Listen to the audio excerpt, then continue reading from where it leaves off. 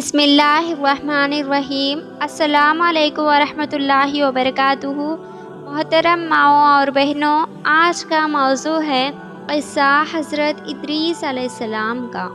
وجہ نام ادریس کی یہ ہے کہ پڑھانے کی کثرت کے سبب سے ان کا لقب ادریس ہوا۔ ان کا اصل نام تو اخنوخ تھا۔ علم نجوم ان کے معجزات سے ہیں۔ وہ زمین پر عبادت کرتے، ان کو فرشتے سب آسمان پر لے جاتے۔ اللہ تعالیٰ فرماتے ہیں، حضرت ادریس علیہ السلام وہ سچے نبی تھے، ہر دم سینے میں تسبیح پڑھتے تھے اور وہ اجرت سلائی کی کسی سے نہ لیتے تھے۔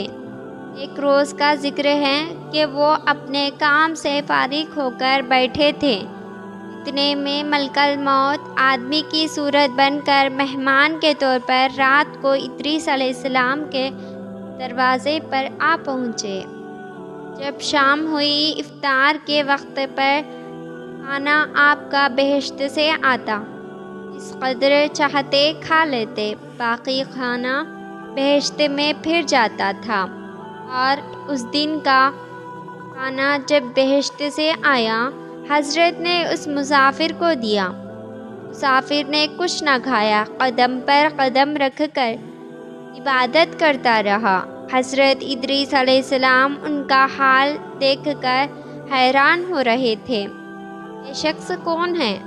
جب روز روشن ہوا، حضرت نے ان کو کہا کہ اے مسافر، تو میرے ساتھ چل کہ خدا کی قدرت صحرا میں جا کر دیکھو۔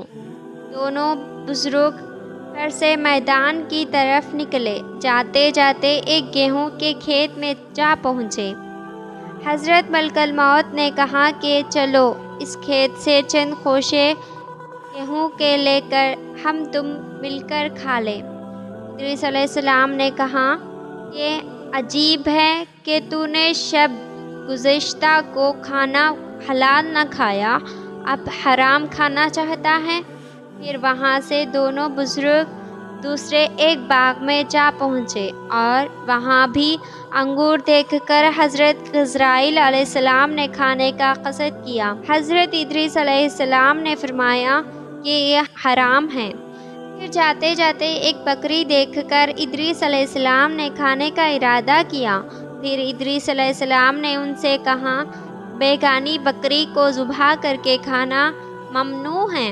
بس اسی طرح 3 روز تک دونوں باہم تھے، جبکہ ادریس علیہ السلام نے معلوم کیا کہ یہ شخص بنی آدم سے نہیں ہے۔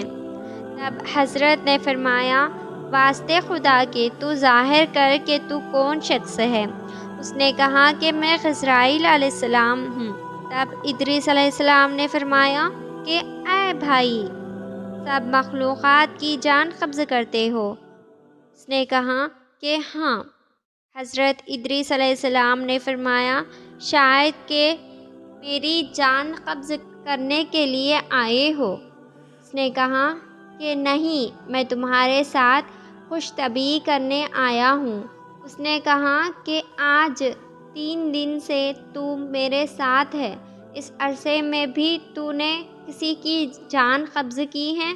وہ بولا، اللہ تعالیٰ کے حکم سے میں جان ہاتھ بڑھا کر اس کی قبض کر لیتا ہوں، اور بولا، اے ادریس علیہ السلام، میں چاہتا ہوں کہ تجھ سے دوستی کروں۔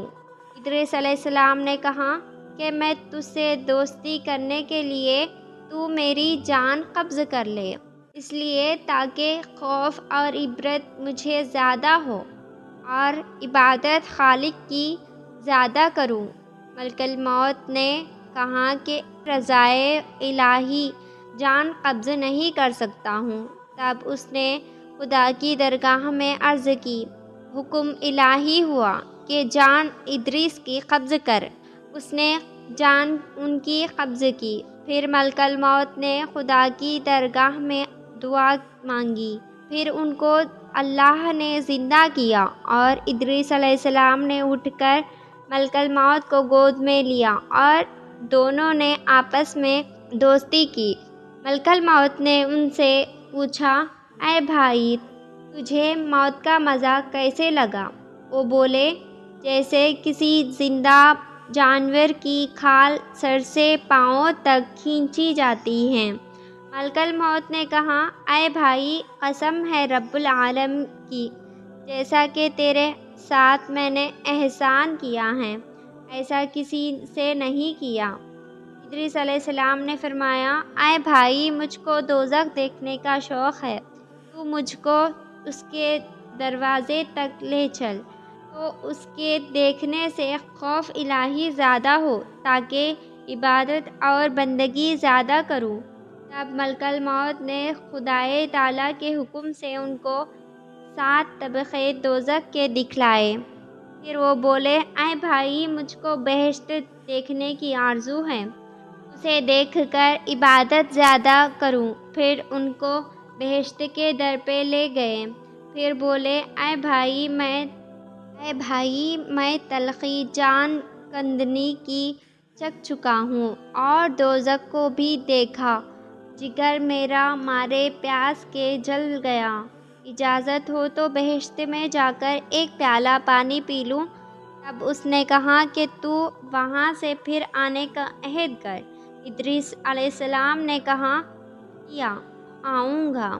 تب بحکم الہی بہشت کے اندر چلے گئے، کیونکہ عہد باہر آنے کا کیا تھا۔ بہشت میں جا کر تخت پر بیٹھے۔ ملک الموت نے ان کو آواز دی کہ اے بھائی، تاخیر مت کر۔ ادریس نے کہا، اے مشفق، اللہ تعالیٰ فرماتے ہیں، ہر جی کو موت کا مزہ چکھنا ہے۔ اب میں تو مزہ جان کندنی کا چکھ چکا ہوں۔ اور حق تعالیٰ فرماتے ہیں، کوئی نہیں تم میں سے جو نہ پہنچے گا اس میں، اور میں اس دوزخ میں پہنچ چکا ہوں۔